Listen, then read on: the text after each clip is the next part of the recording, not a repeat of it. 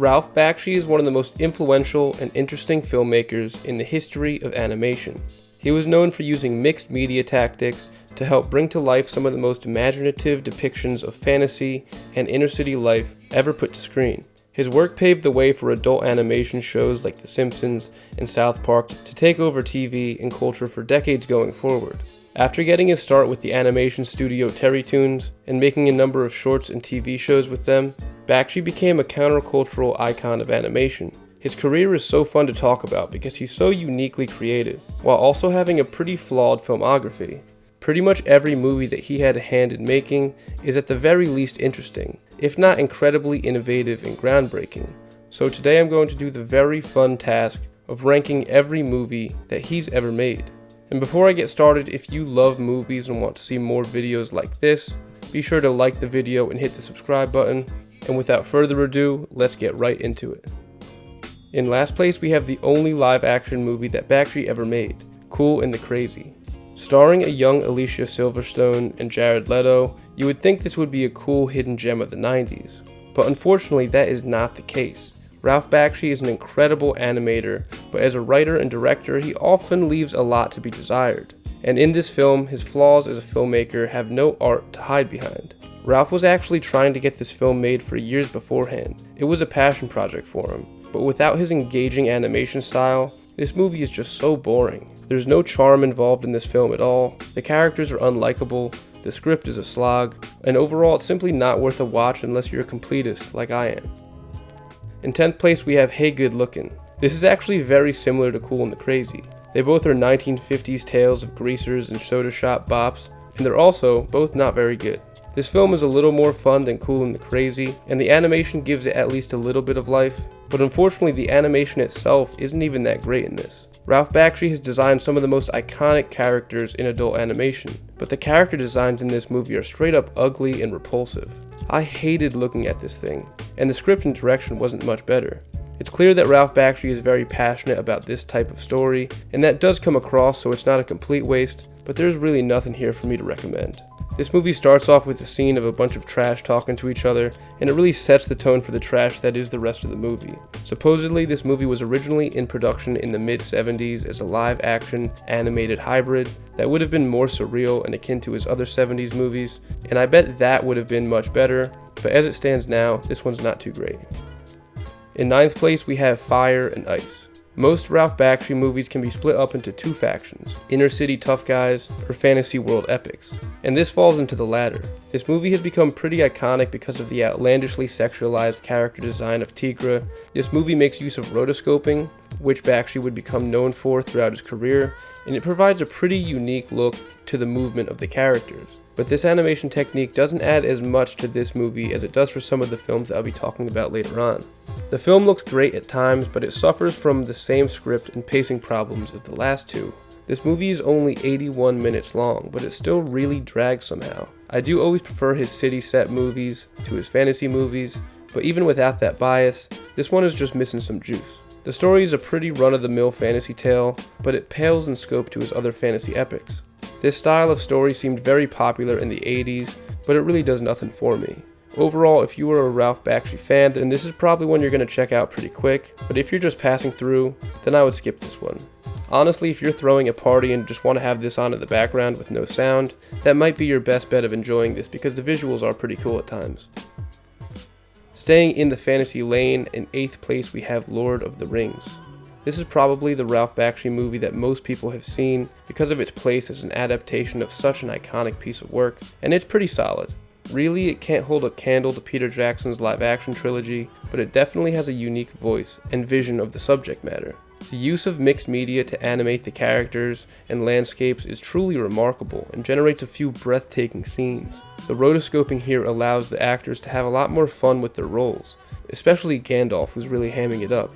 The scope of this film feels a little too big for its own good, and that's the same for the animation itself. The movie is almost cursed by the gravity of its own magnitude, and forces a lot of it to end up falling flat. This is the longest Ralph Bakshi movie, and it certainly feels like it. The pacing issues that plague all of these lower tier movies of his career really show up with this long runtime.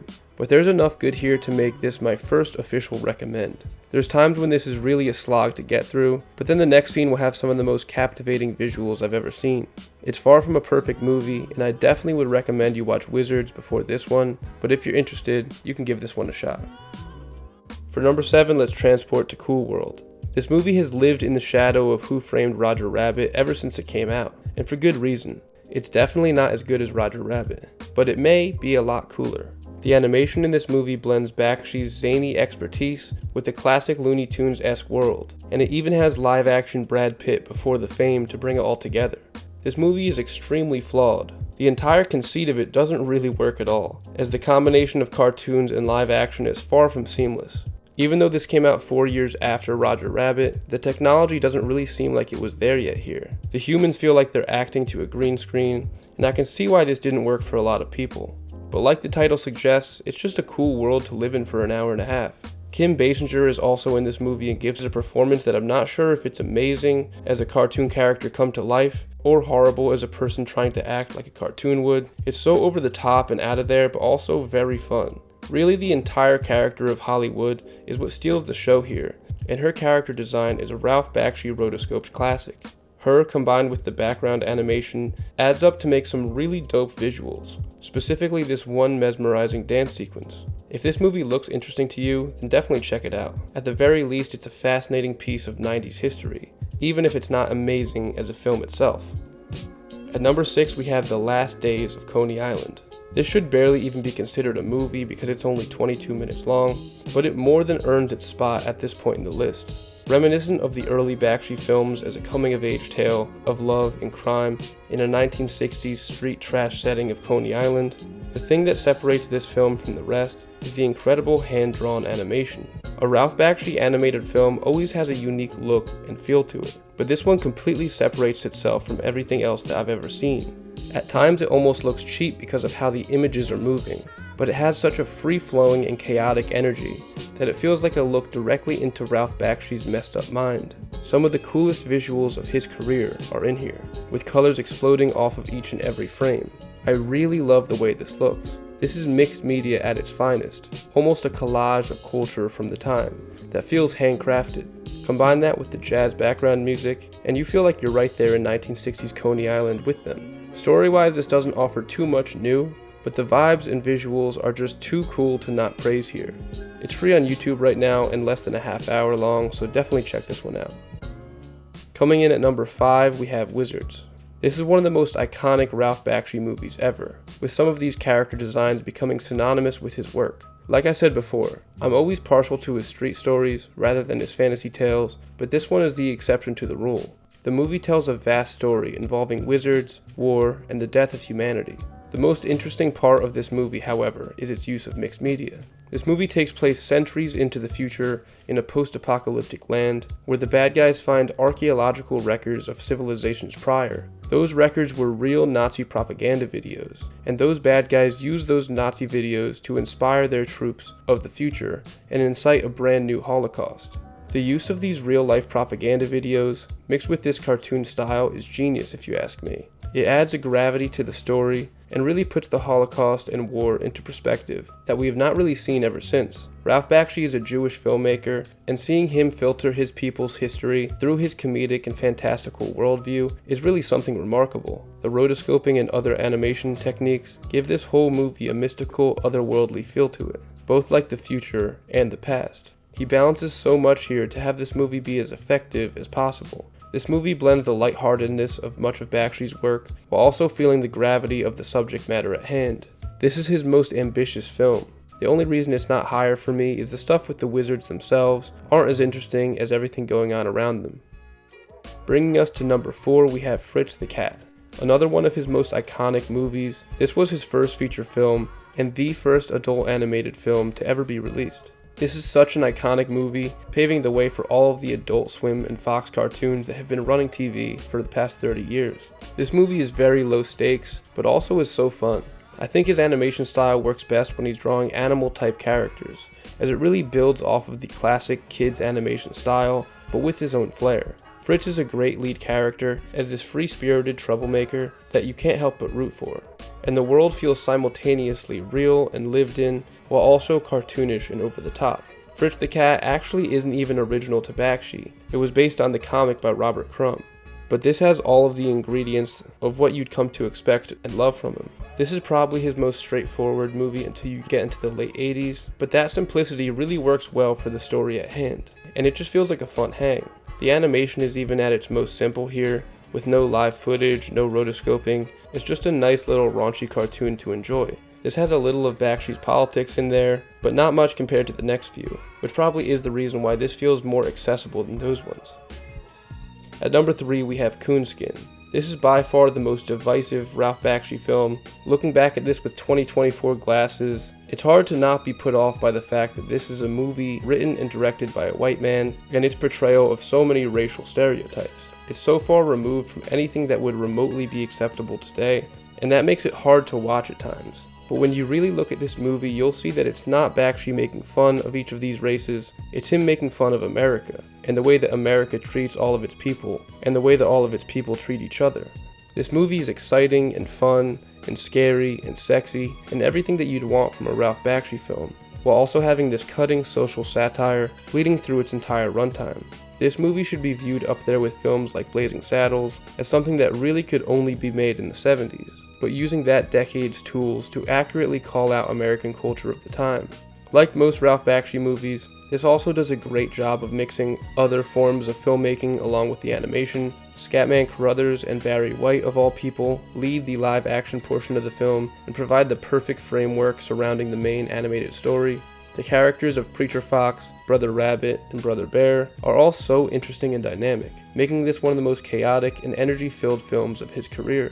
This is probably the truest form of Ralph Bakshi that we'll ever see, a cutting look into how he views the world and how horrible yet exciting the world can be. This was the first of his films that I watched, and I wouldn't recommend that because of how shocking a lot of it was, but this is Bakshi's favorite of his own films, so it's definitely a must-watch.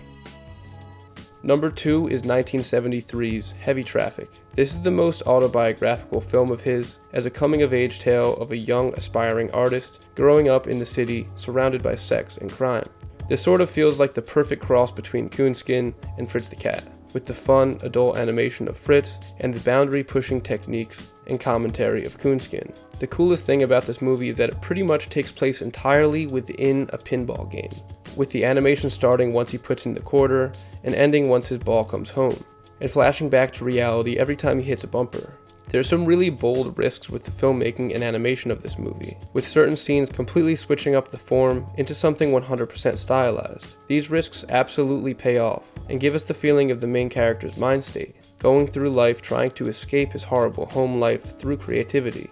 This also doubles as a pretty great mafia movie too. The main character's name is literally Michael Corleone, which is pretty funny, and there's some really good mafia scenes in here. The story is a great mix of everything that Ralph Bakshi does well, and also has one of the better stories from start to its tragic finish. Overall, this feels like one of the most focused Ralph Bakshi movies. It's doing just enough to be unique, without feeling like it has too much on its shoulders. I feel like a lot of people would have the last few I mentioned over this one, and these top 5 or 6 are all amazing, so I'm not mad at that, but this one is the best of his 70s to me. And at number 1 we have the best Ralph Bakshi movie ever, his masterpiece, American Pop. The rotoscoping in Ralph Bakshi's movies have had mixed results throughout his career, but it works the best in this 1981 jukebox musical. Bakshi has always said that form is function, so it only makes sense that the film where rotoscoping made the most sense is the one that is based in reality, and his most human film. The movie tells the multi-generational story of an American family through the lens of popular American music. It spans from the early 1900s with jazz, to the folk revolution of the 50s, to the powerful coke-filled music scene of the 80s. And to any music lover, this is going to be right up your alley. Not only does this tell the story of this one family, and also American music, but it also tells the story of America.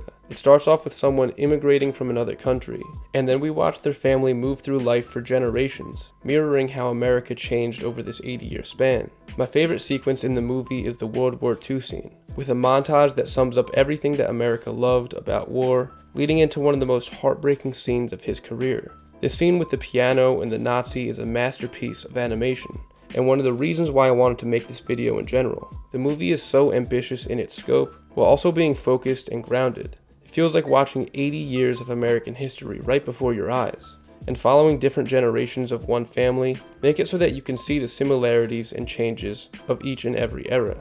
Ralph Bakshi is one of the most unique and interesting filmmakers to ever live, and even though a lot of his films have flaws, his artistic vision is unlike anyone else's. Adult animation is rarely praised, but it's the thing that bridges childlike creativity with adult emotion and understanding, really showcasing the best of what cinema has to offer. Ralph Bakshi is kind of a controversial figure in the animation world, and perhaps for good reason, but to me he will always be one of my favorite filmmakers of all time.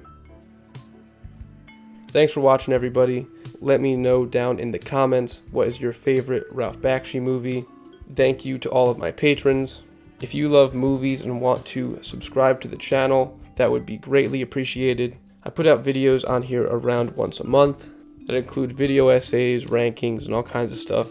And as always, I got a lot more headed your way, so stay tuned, stay safe, and stay deaf. Thanks for watching.